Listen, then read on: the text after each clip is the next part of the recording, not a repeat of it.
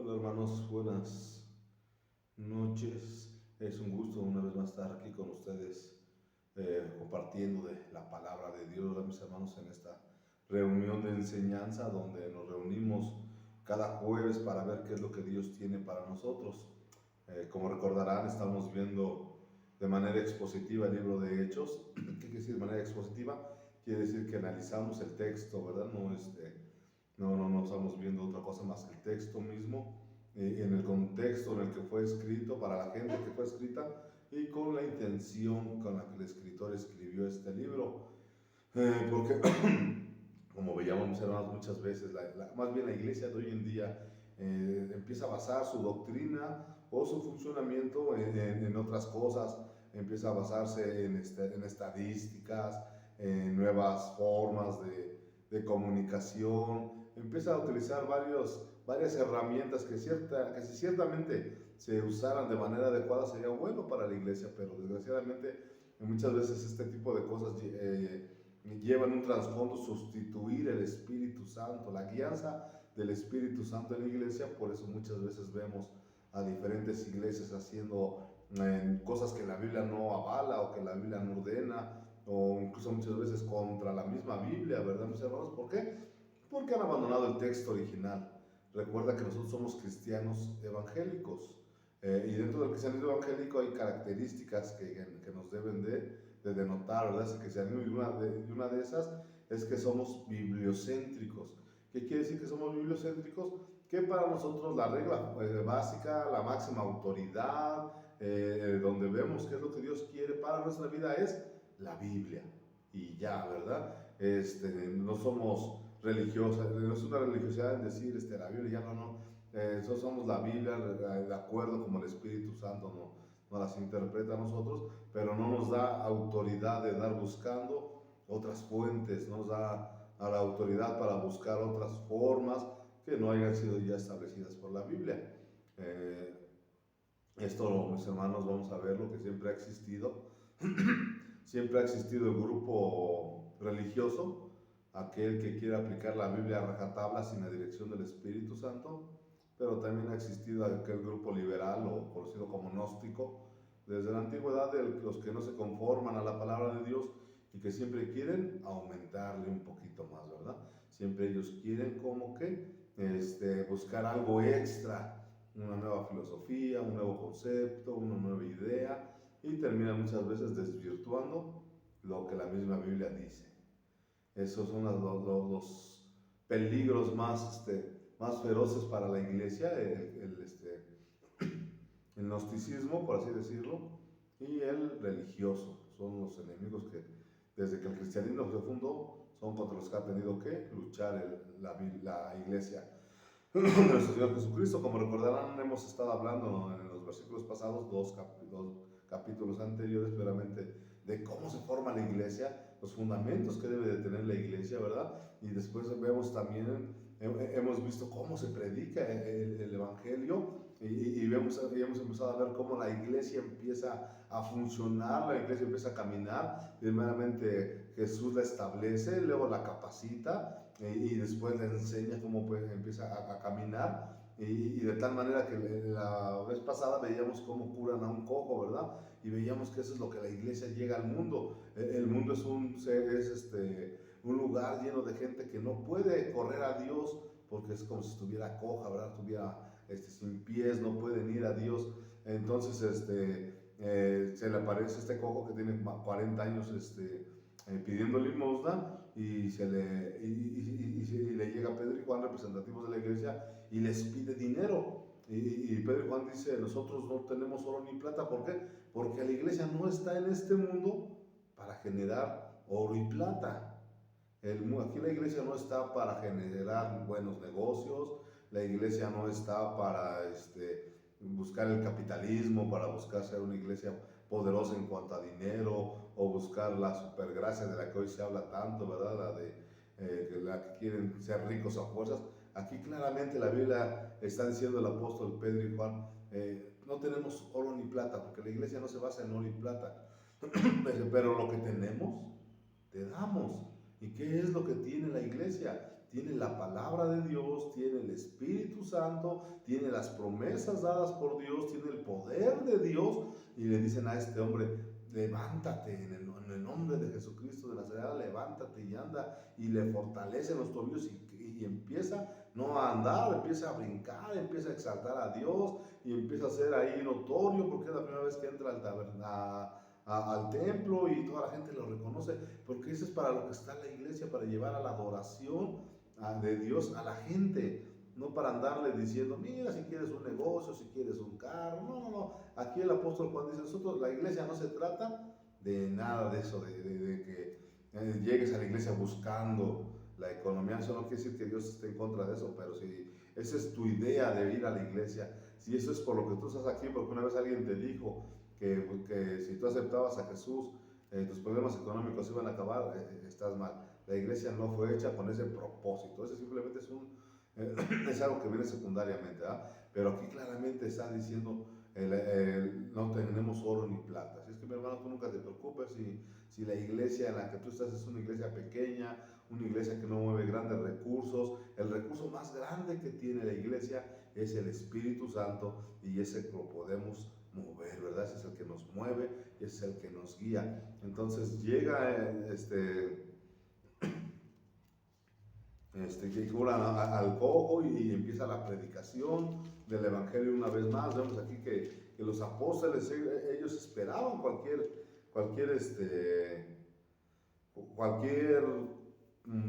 oportunidad para poder compartir de la fe, y no eran blanditos, no eran. Ellos empezaban: y ustedes son estos, son otro, y mataron al autor de la vida, y la gente se compungía y le dolía y decía: hijo, ¿qué hicimos?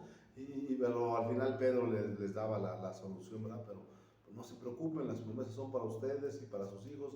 Dios no está enojado con ustedes. Precisamente Dios vino a generar la paz, y la gente se volvía a este mensaje, ¿verdad? Eso es lo que vimos la vez pasada, como Pedro da un gran discurso, una vez más, como el que dio unos años atrás, cerca de 2 años atrás, a la iglesia, a la primera iglesia, y ahora da ese segundo discurso con la misma fuerza, con la misma intensidad, y siempre esperando esa oportunidad que le den para compartir, ¿verdad, mis hermanos? De tal manera que llegamos al capítulo 4, de ahí del libro de los Hechos.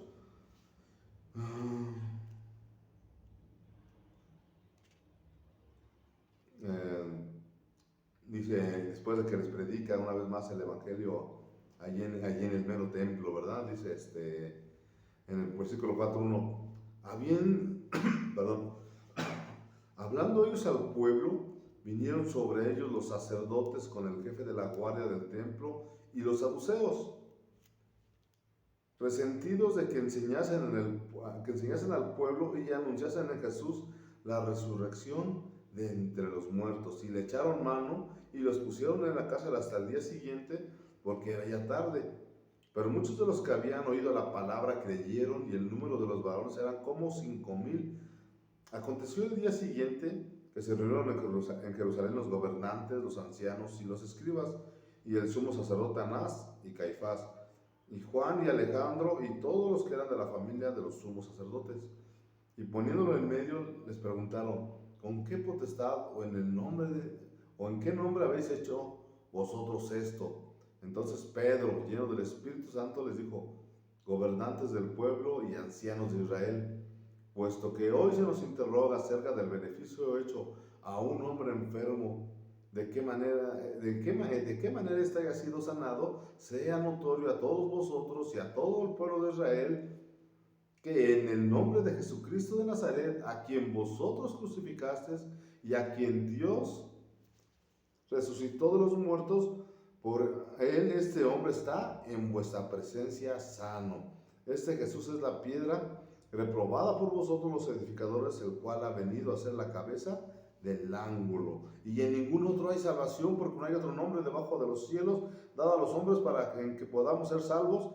Entonces viene el denuedo que Pedro y Juan, y sabiendo que eran hombres sin letras y del vulgo, se maravillaban y les reconocían que habían estado con Jesús.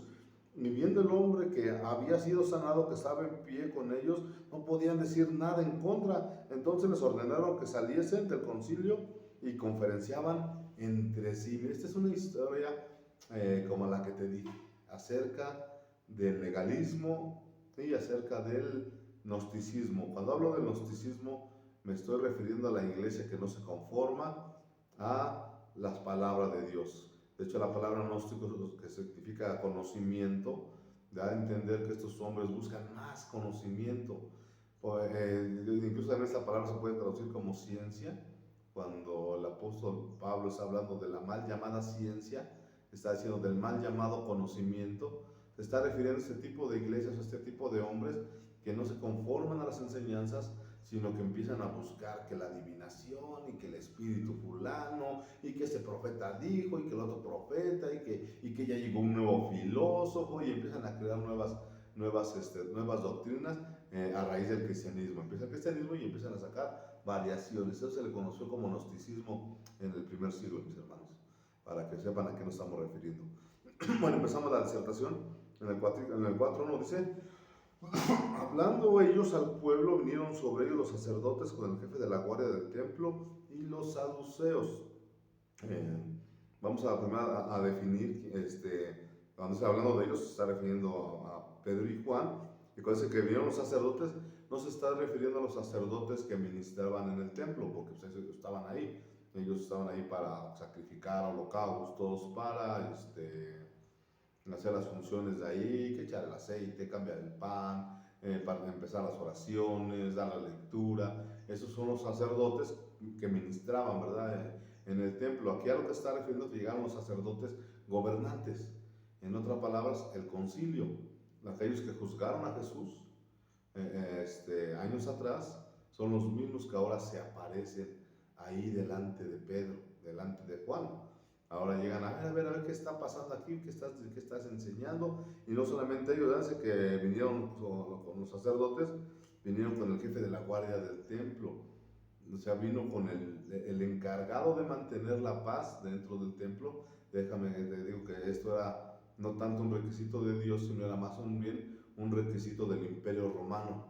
El Imperio Romano, cuando permitió que el pueblo judío tuviera autonomía en sus sacrificios o en su vida religiosa, les dijo que sí, pero que debería de haber ahí una guardia para que pusieran el orden dentro del templo. No son romanos, son judíos, son sacerdotes, pero son los que mantienen el orden dentro del templo. Son muy importantes en esta época donde están siendo dominados por el Imperio Romano, ¿verdad? También con el jefe de la guardia del templo y los saduceos.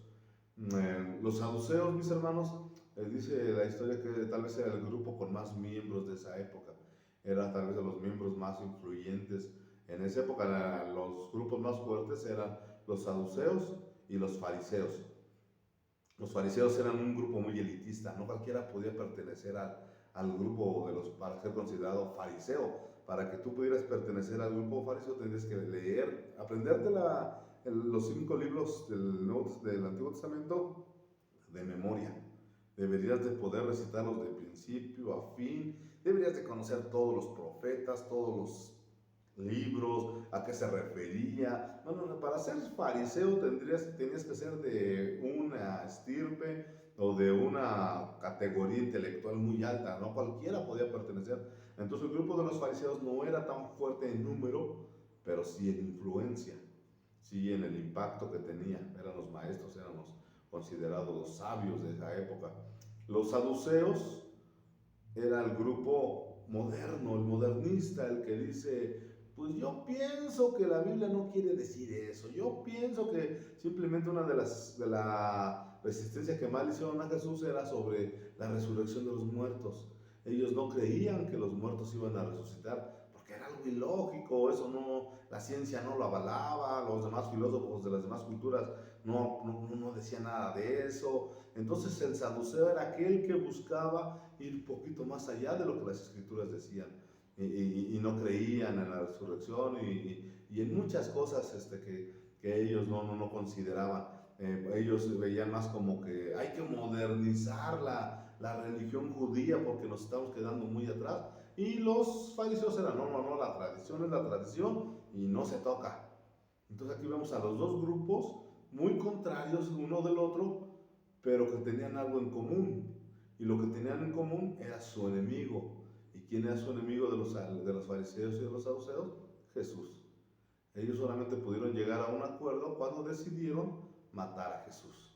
Eso fue cuando, ahí sí no tuvieron pleito, a los dos grupos llegaron a ese acuerdo. Y hoy en día pasa exactamente lo mismo. Hoy en día los grupos religiosos y los grupos gnósticos, como si les estamos llamando hoy en día, tienen algo en común, que ninguno de ellos quiere al cristianismo. Para ellos el cristianismo es algo que debe de ser erradicado, es algo que ni cae en la religiosidad ni cae en el modernismo, entonces no concuerda con las ideas de este tipo de filosofías, por eso siempre van a estar en contra del cristianismo.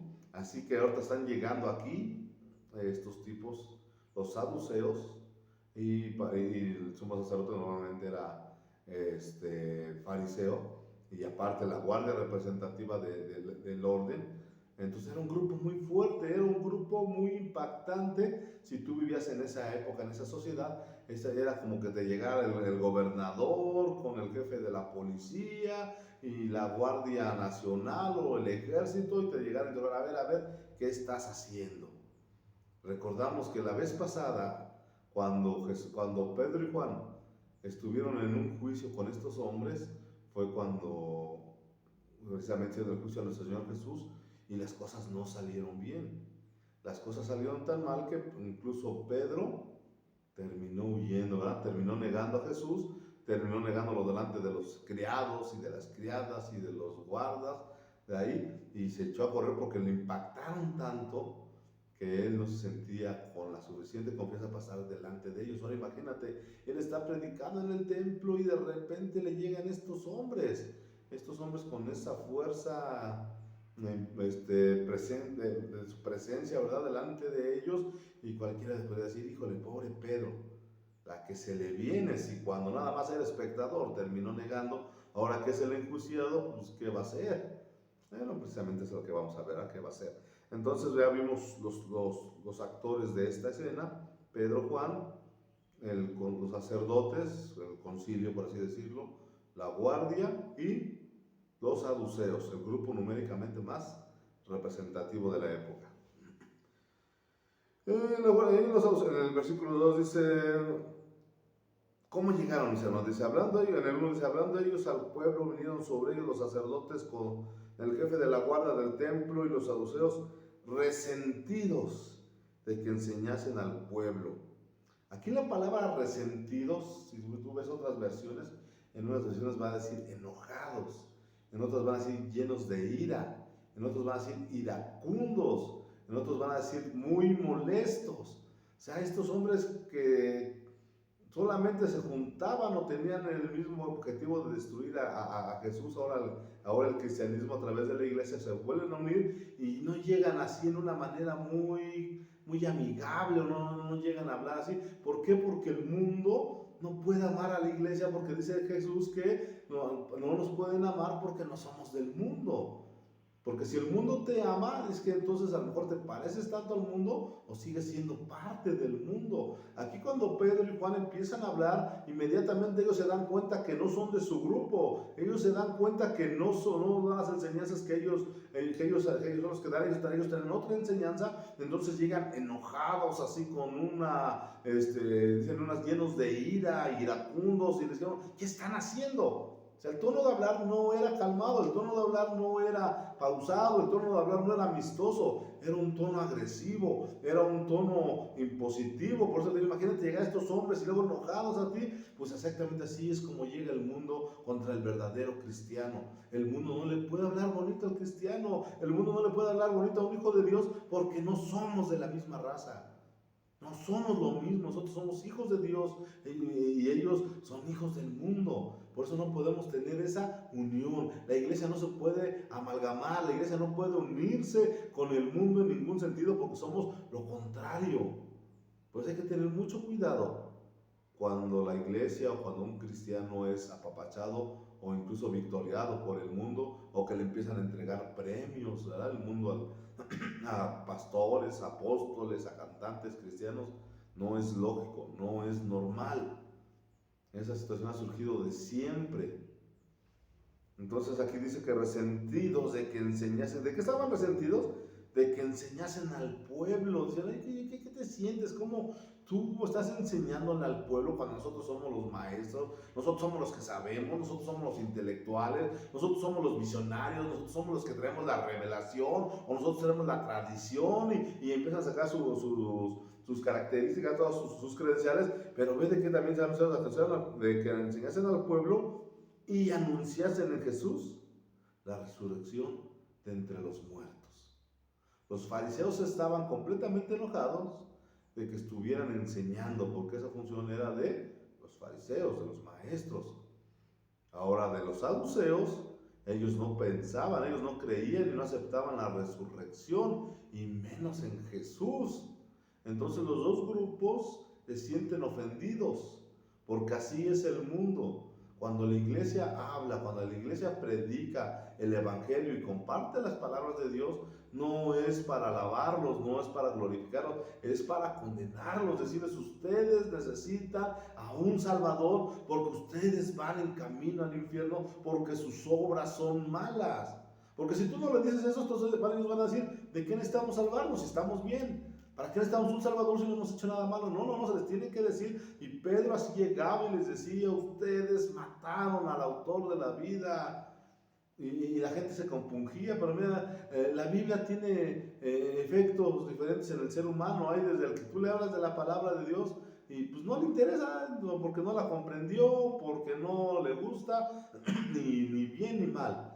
Pero hay otros que tú les dices la palabra de Dios y la creen, y la empiezan a abrigar en su corazón, y empiezan a creerla, y empiezan a buscar, y empiezan cada vez a sentir más ese anhelo de buscar la palabra de Dios. Pero hay otro grupo que cuando tú les prediques la palabra de Dios, se van a sentir ofendidos, te van a querer atacar, te van a querer desaparecer, se van a poner de acuerdo para quitarte, ¿verdad?, de la escena. No te preocupes, es normal, son reacciones normales del ser humano ante la palabra de Dios. Lo que no es normal, que cuando tú ves que se ponen agresivos o que no te quieren hacer caso y eso, se empieza a cambiar el mensaje para que esa gente no se enoje. No, aquí Pedro y Juan no cambiaron el mensaje ni les dijeron: ay, perdónenos, no lo volvemos a hacer. No, ellos siguieron firmes, ¿verdad?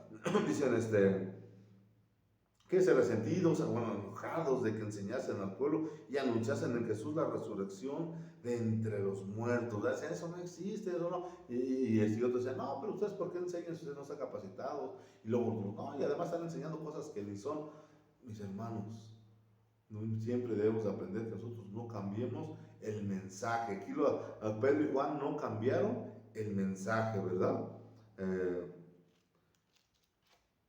En el 3 dice: y les echaron mano y los pusieron en la cárcel hasta el día siguiente, porque ya era tarde. Recuerda que ellos fueron a la hora de la oración, cerca de las 3 de la tarde, después surge el milagro, entra el hombre que fue sanado, y luego empieza a predicar. Entonces se cree que por esas horas ya van siendo cerca de las 6 de la tarde, ¿verdad? Cuando los empiezan a interrogar y los echan a la cárcel, porque ya era tarde. Pero si tú bien recuerdas, cuando a Jesús lo tomaron preso, era más tarde, y ahí sí no les importó, y en la noche le hicieron el juicio, ¿verdad? Bueno, pero aquí ellos dicen: bueno, estos hombres son Pedro y Juan. Hasta ese momento no los habían reconocido. O sea, estos hombres simplemente son charlatanes. Podemos esperar hasta mañana. Pues, primero era cosa ilegal, porque ellos no habían hecho nada malo para que ameritara ser encarcelados, pero ellos eran la autoridad y así lo hicieron. Fíjate que en ningún momento Pedro y Juan se resistieron al arresto. En ningún momento ellos empezaron a sacar su ley, ¿verdad? Y dicen: no, la ley aquí dice que tú no me puedes detener. No, la ley dice, y a exigir sus derechos. Ellos dijeron: esto es voluntad de Dios, aún eso que nos está pasando, Dios lo está permitiendo, es por algo. Dios tiene un propósito y nosotros vamos a cumplirlo, ¿verdad? Y ellos fueron a la cárcel sin exigir sus derechos y sin empezar a hacer lío, ¿verdad? Como hoy en día cuando a alguien le hacen algo y dicen: no, te va a traer derechos humanos, y y pensamos que esto que está pasando, creo que a Dios se le pasó, Dios a lo mejor se distrajo y en ese que se distrajo, pues ahora me están llevando a la cárcel, a lo mejor no se dio cuenta. No, no, todo lo que nos pasa, y sobre todo cuando estamos predicando el Evangelio, Dios lo permite, mis hermanos, ¿ok? Entonces aquí dice que les echaron mano y los pusieron en la cárcel hasta el día siguiente, porque ya era tarde. Pero muchos de los que habían oído la palabra creyeron, y el número de los varones era como 5,000 varones nada más. Tal vez otras 5,000 mujeres, tal vez otros 10,000 niños, no sabemos, pero de varones eran 5,000, y 3,000 que ya llevaba de la vez, ya llevaban 8,000 varones. O sea, la iglesia en la persecución crece. En la iglesia no importa cuánto sea perseguida o contristada o que sea, la iglesia no la mueven los hombres, la mueve el Espíritu Santo, y por eso sigue creciendo. Por ahí algún hombre tertuliano, me parece, no recuerdo bien, uno de los demás hombres de la fe, dijo que la sangre de los mártires es la semilla del Evangelio, ¿verdad? Es decir, que entre más sea perseguida, entre más sangre sea derramada, más va a crecer el Evangelio. Y esto ha sido algo cierto en los lugares donde el Evangelio ha sido acosado, donde ha sido hostigado, donde ha sido prohibido, tiende a crecer. Pero en lugares como nuestro país, que el Evangelio es tolerado, es permitido, pues tiende a quedarse callado. Y por ahí decía un historiador, ¿no? Antes tenías que amenazar al cristiano para que se callara. Hoy tienes que hacer lo imposible para que hable. Y es lo que debemos de pensar. Y incluso hay gente que llega a pedir, Señor, pues permite. Incluso hay una persecución para que la iglesia se active y despierte, porque estamos en paz y nos la pasamos dormidos. Recuerda que esto mismo más adelante lo vamos a ver. La iglesia creció cuando empezó en una zona cómoda, pero la indicación era que crecieran, que fueran a más lugares. Pero la iglesia prefirió quedarse, entonces Dios mandó una gran persecución y fue como la iglesia se expandió. Entonces aquí nos damos cuenta, pues, que no le debemos de tener miedo a la persecución, no le debemos de tener miedo a la oposición. Al contrario, muchas veces esto es como que el detonante para que el cristianismo crezca. Y si nosotros no lo hacemos, Dios lo va a permitir para que si no queremos salir, tengamos que salir.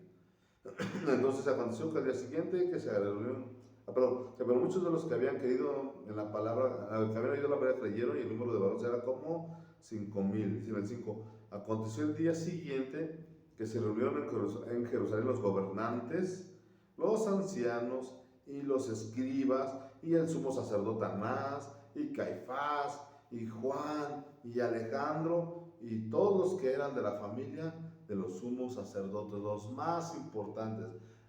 Aquí hay más miembros en el concilio y en este juicio que los que hubo en el juicio de Jesús. ¿Por qué? Porque en el juicio de Jesús, como fue muy ilegal, nada más les hablaron a la gente que odiaba a Jesús, que quería verlo muerto, que estaban planeando esta situación, y eran menos, se cree que era menos de la mitad o la mitad, cuando muchos de los que habían asistido al juicio de Jesús. Ahora no, ahora están los 71 gobernantes que eran los que formaban el concilio, eran 70 más el sumo sacerdote. También nos dice que estaba al siguiente, los gobernantes, bueno, los ancianos, los escribas. Y aquí nos dice que el sumo sacerdote Anás y Caifás, recuerda que el sumo sacerdote nomás había uno. Cuando llegaron los romanos, Anás era el sacerdote, el sumo sacerdote, pero no tuvo buenas relaciones con los romanos, entonces ellos quitaron a Anás, pero pusieron a su yerno. O sea que de una u otra, Anás era el que gobernaba todo detrás de Caifás. Y Juan y Alejandro eran hijos de Anás, también eran hijos de Anás. Por eso dice que, y todos los que eran la familia de los sumos sacerdotes. O sea, estaban los más importantes, los que manejaban la situación en esa época, estaban ahí presentes. Y digo, imagínate lo que era para Pedro, ¿no? Que anteriormente simplemente de ir como espectador terminó pues, huyendo, ¿verdad? Ahora imagínate que es el foco de atención. Y no solo eso, ¿verdad? Dice en el 7, y poniéndoles en medio. O sea, lo rodearon, lo pusieron a ellos en medio y todos los demás alrededor, como para que impactara más, como para que se sintieran amedrentados, como para que se sintieran nerviosos, para que se sintieran presionados. Pero recuerda que estos hombres habían estado con Jesús. Y una vez que ellos, cuando estuvieron con Jesús, una vez Jesús les dijo, miren, cuando se los lleven a gobernantes o a presidentes o con gente muy importante, ustedes tranquilos, no se pongan nerviosos. En ese momento no piense qué van a decir o qué van a actuar o cómo van a responder. Cuando sean llevados con estos hombres, ustedes van a tener la oportunidad de hablar del Evangelio. Entonces, eso es una oportunidad que se le está dando a la iglesia. Y dice, y no penséis qué van a decir, porque en ese momento les será dicho, en ese momento el Espíritu Santo va a ser el que hable, va a ser el que conteste. Y aquí Pedro y Juan seguramente se acordaron de esas palabras y dijeron, nosotros tranquilos, no importa que sean 70, 80, 90, 100, 200 personas las que estén aquí, no nos tenemos que preocupar porque no somos nosotros.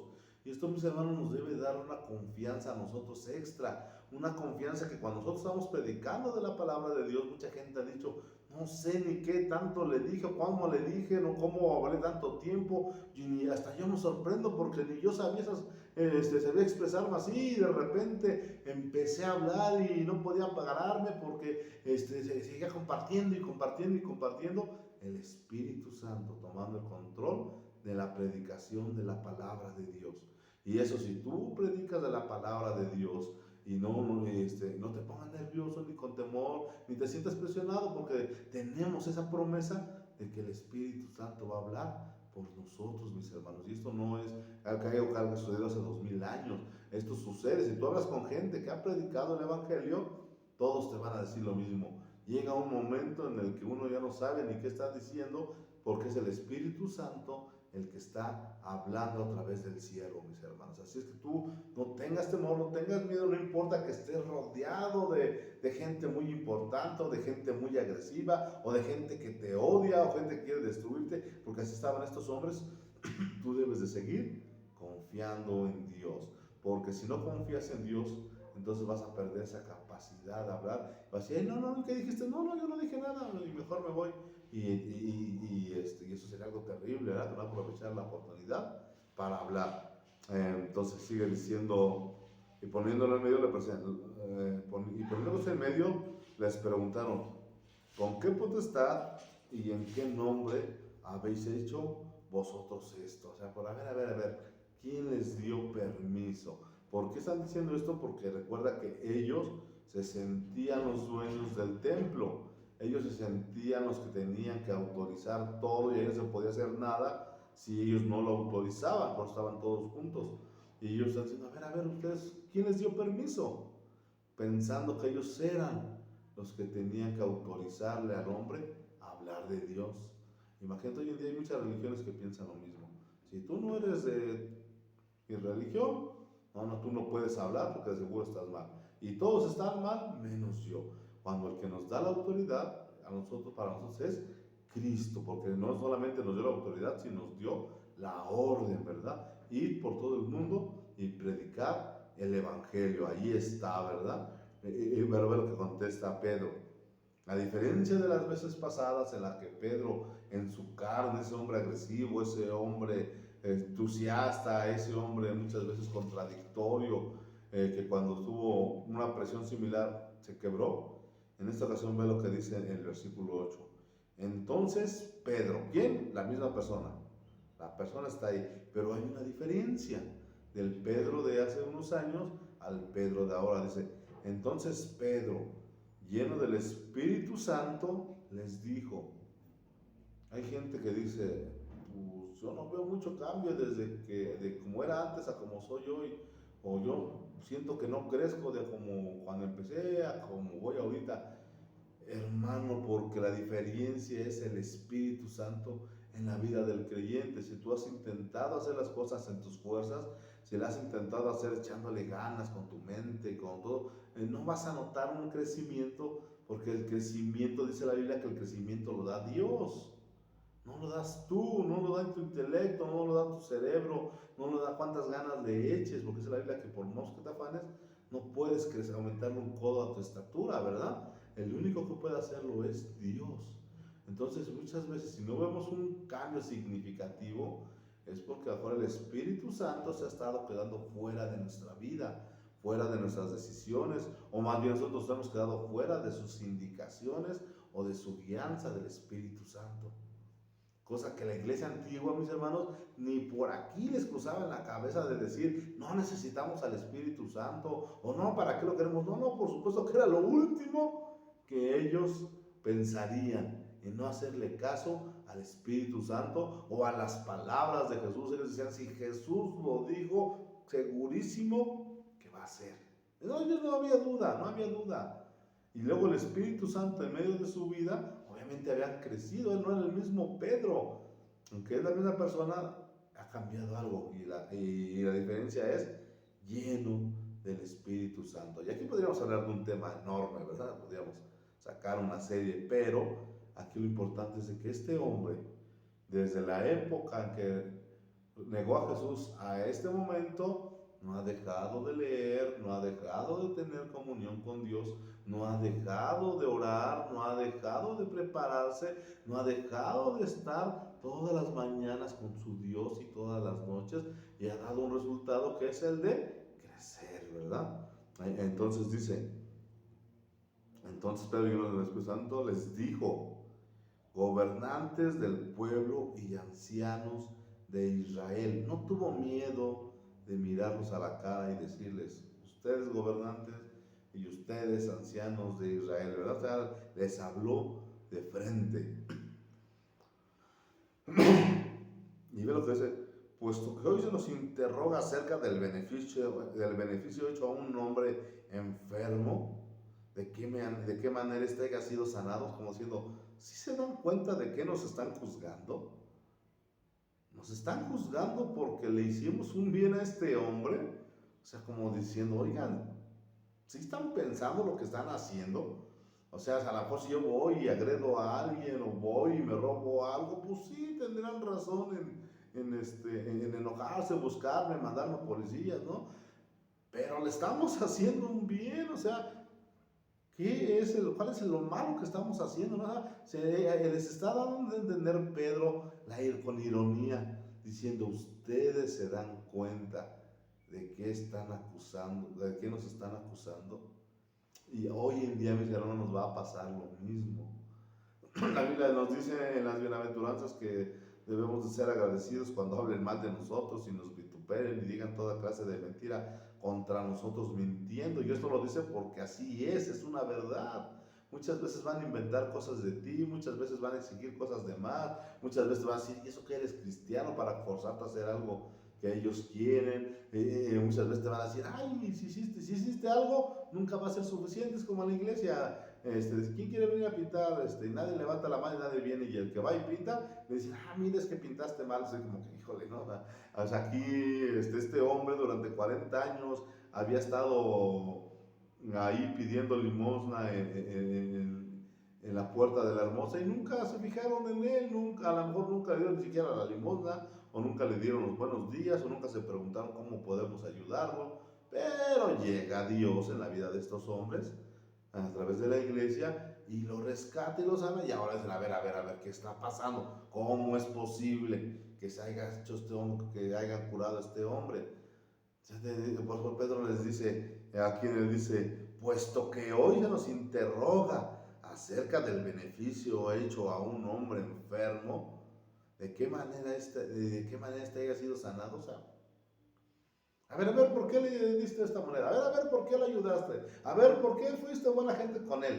O sea, aquí Pedro dice, por favor, analicen lo que están pensando, ¿verdad? Lo que están diciendo.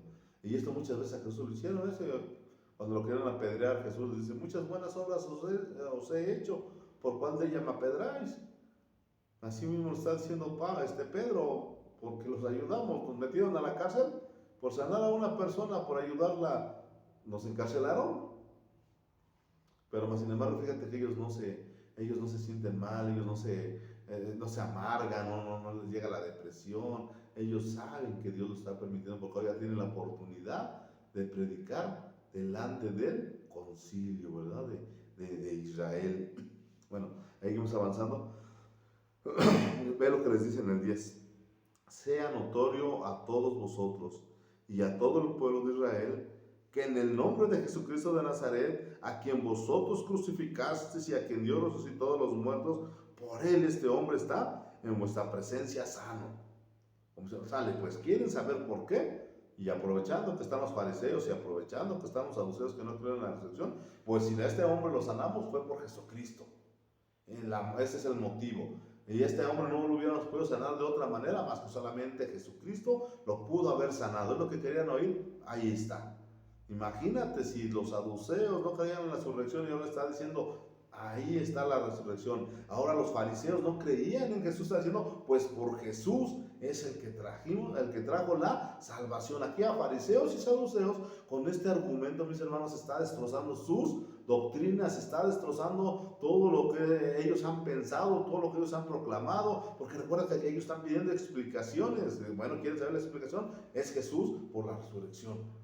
Y esto para estos hombres ha de haber sido un impacto tan fuerte en su cerebro que seguro se enojaron más o se pusieron más nerviosos, ¿verdad? Pero aquí Pedro les está diciendo claramente, dice, sea notorio a todos vosotros y a todo el pueblo de Israel. Esto lo tienen que saber tanto ustedes como lo tiene que saber toda la gente. Nadie puede quedarse sin saberse que en el nombre de Jesucristo de Nazaret, hermanos, en el nombre de Jesucristo de Nazaret, nosotros tenemos poder. Claramente la Biblia dice que su nombre es poder y en su nombre hay poder, pero la iglesia no lo ocupa, mis hermanos. La iglesia prefiere andar buscando doctores, prefiere andar buscando psicólogos, prefiere andar buscando la ayuda del compadre, prefiere andar ayudando su propia ayuda, que buscar a aquel que tiene el poder de resucitar muertos y de levantar cojos, mis hermanos. Pero ¿cómo es posible que estemos dejando ese grandísimo poder por buscar ofertas baratas, por buscar pseudo ayudas? Aquí claramente pues, sea notorio a todos que en el nombre de Jesucristo de Nazaret, y ve lo que dice, a quien vosotros crucificaste. Aquí Pedro no les va a decir, no se preocupen, ustedes crucificaron a Jesucristo, el que sanó a este hombre, ustedes lo crucificaron. Ustedes son los culpables, ¿verdad? Y le sigue diciendo, y a quien Dios resucitó de los muertos, pues por él, este hombre está en nuestra presencia sano. ¿Por qué estás tú en este momento sano, espiritualmente, del alma, del cuerpo, con una nueva vida, con un matrimonio diferente al del mundo, con una actitud diferente a la del mundo, ¿verdad? Por Jesucristo de Nazaret, porque Él tuvo el poder de cambiar nuestra vida, porque Él está vivo, Él está presente, Él está aquí con nosotros a cada instante. En este momento Él está con nosotros. Y debemos aprender, mis hermanos, a tratarlo como lo que es, no nada más como un salvavidas de ir cada que necesitamos algo. No, Jesucristo está aquí, merece nuestra adoración, merece nuestro respeto, merece nuestra exaltación, merece que le hablemos a la demás gente de Él.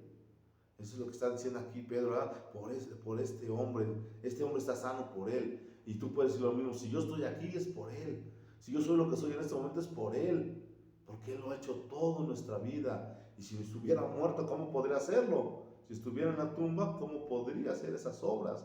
Por muerte no puede hacer nada. Pero esa es la prueba más grande de que Jesucristo resucitó, es el cambio en tu vida y el cambio en mi vida, mis hermanos. Eso es lo que está diciendo aquí el apóstol el apóstol Pedro, ¿verdad? Dice, y aquí nosotros, Dios lo resucitó de los muertos, por este hombre está en vuestra presencia sano. Este Jesús es la piedra reprobada por vosotros los edificadores, el cual ha venido a ser la cabeza del ángulo. Esta era una profecía, ¿verdad? Y dice, se ha cumplido y ustedes la cumplieron.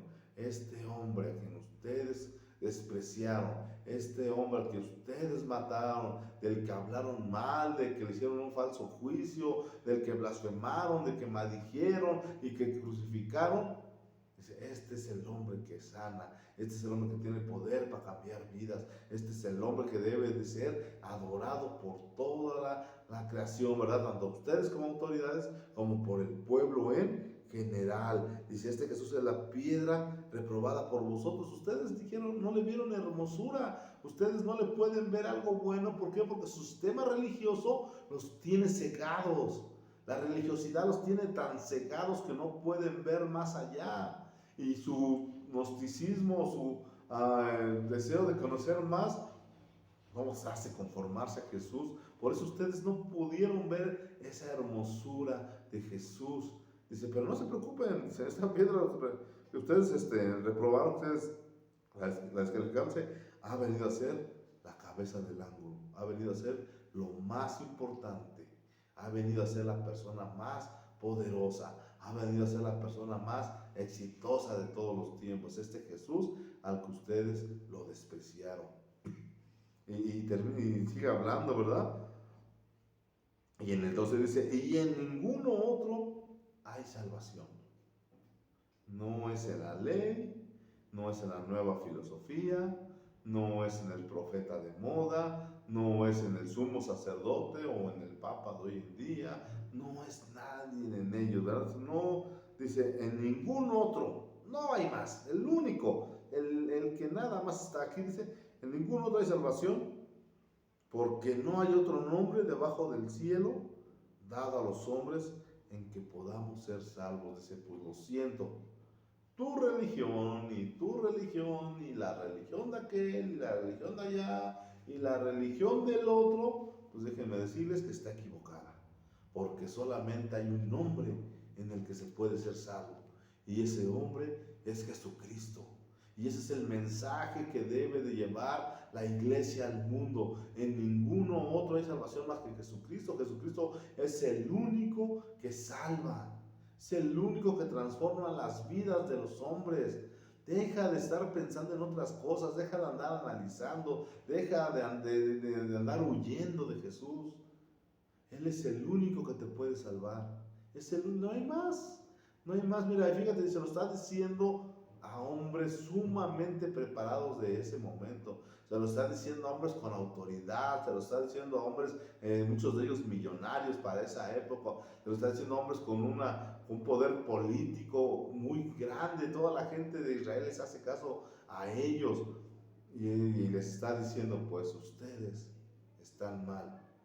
Si no buscan a Jesús, no pueden ser salvos.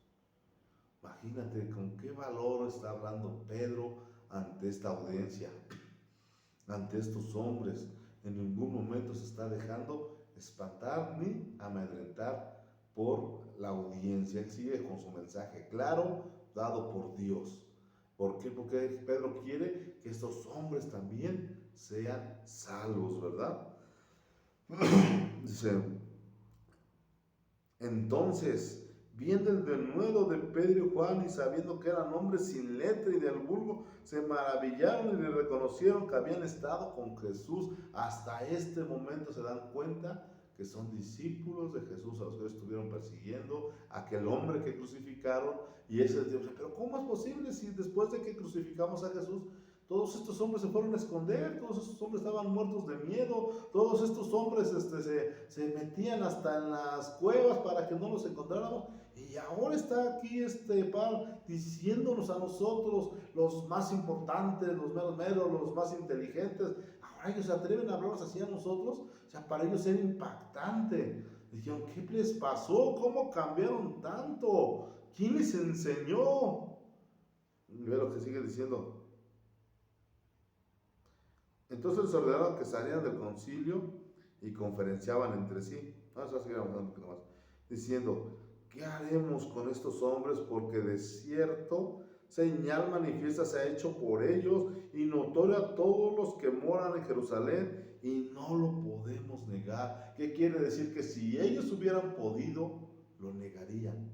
Pero ellos, con todo su conocimiento, con todo su poder, con toda su inteligencia y preparación, no pudieron negar estas verdades que Pedro está diciendo.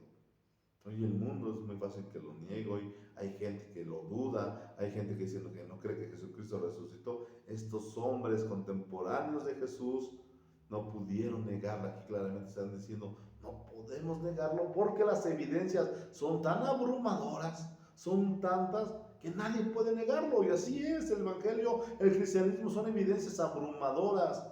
La palabra de Dios tiene evidencias abrumadoras, científicas, intelectuales, que no pueden ser negadas. Pero cuando hay maldad en el corazón del hombre, no importa lo claro que se vea, ellos van a decir, no es cierto, no es cierto y no es cierto. Cuando un hombre verdadero dice, no se puede negar. Estos hombres odiaban el cristianismo, estos hombres odiaban a Dios, estos hombres eran vanagloriosos, eran orgullosos, pero dijeron, no podemos negarlo.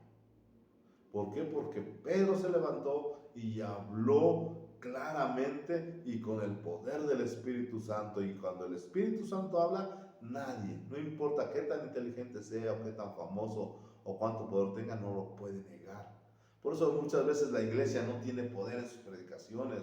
Por eso muchas veces la iglesia es avergonzada. Muchas veces cuando platican con un testigo de Jehová, el testigo de Jehová se va riendo. Cuando predican con un católico, el católico ya les anda ganando. ¿Por qué? Porque no hay poder en las palabras, porque el Espíritu Santo no está siendo involucrado. Pero cuando un cristiano se envuelve en la palabra de Dios y en el Espíritu Santo, no hay nadie que se le pueda resistir, porque no es él el que habla, es Dios a través de la vida de sus siervos. Mis hermanos, ya basta que la iglesia cristiana parezca el hazmerreír de las demás iglesias o de las pseudoiglesias, porque el cristiano se ha dejado llevar, ha sido flojo, ha sido perezoso, no ha estudiado y tampoco ha tenido reunión con su Dios. Ya basta, mis hermanos, de vivir aletargados, de ser la burla. ¿Cuándo fue la última vez que hablaste con un testigo de Jehová y que el testigo de Jehová te hubiera dicho, híjole, pues me dejó pensando, o híjole, esto yo no lo había visto así? ¿Cuántas más bien no hablaste con él y tú te fuiste con la cola entre las patas porque te dio una tunda? Porque no supiste usar el poder que Dios tiene en su palabra, que es a través de su palabra y del Espíritu Santo, ¿verdad? Dice, viendo al hombre, entonces viendo el 14 dice, viendo al hombre que había sido sanado, que estaba de pie, junto a ellos no podían decir nada en contra.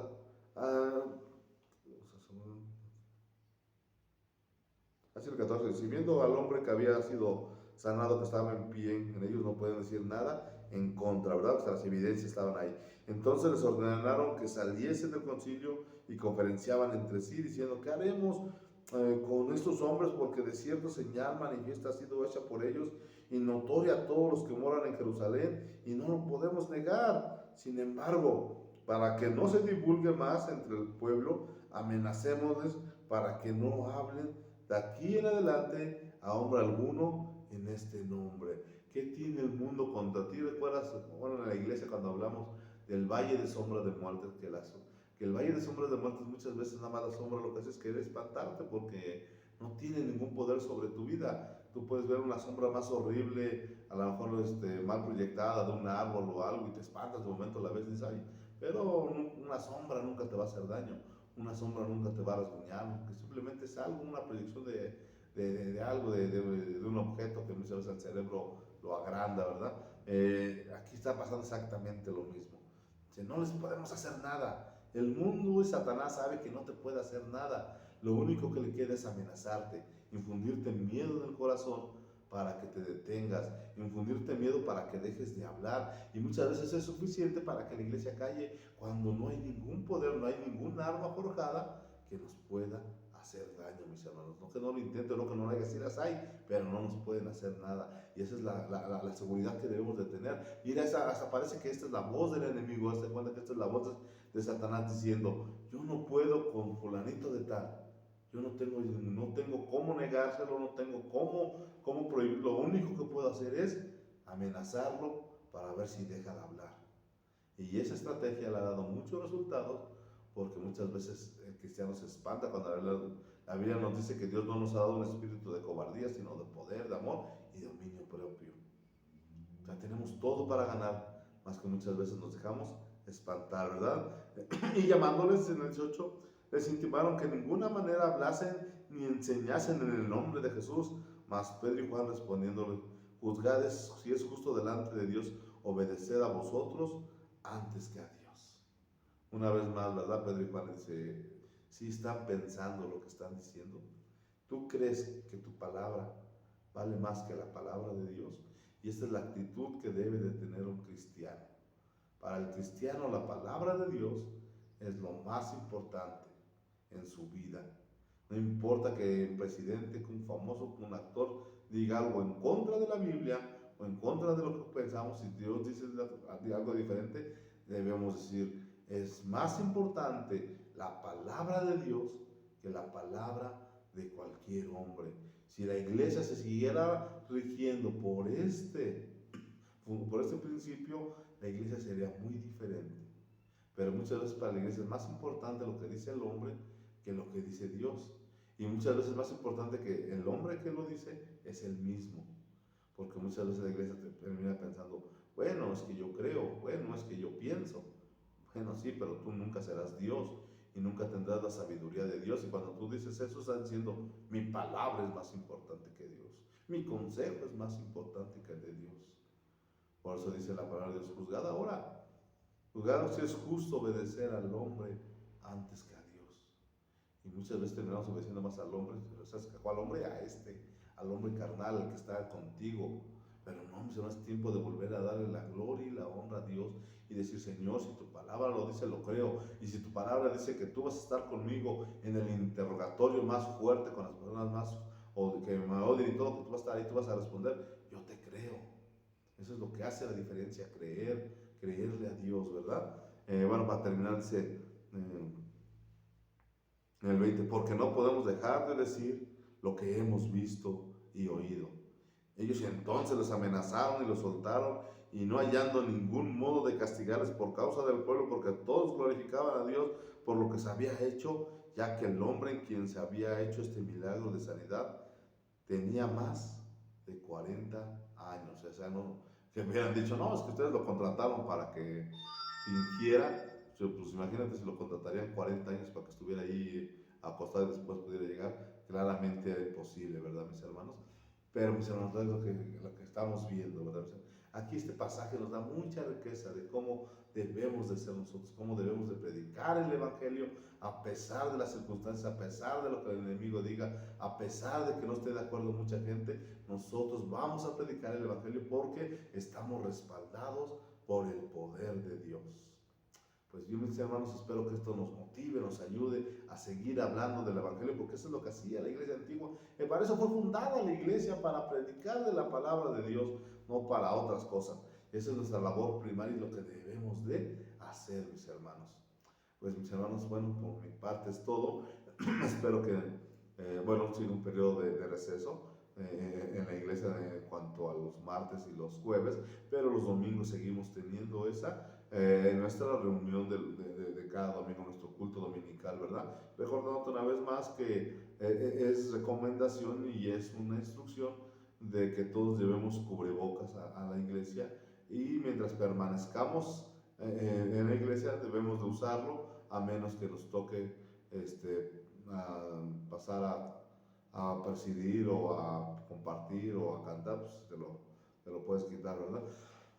Pero en el tiempo que estemos en la iglesia hay que estar usando el cubrebocas.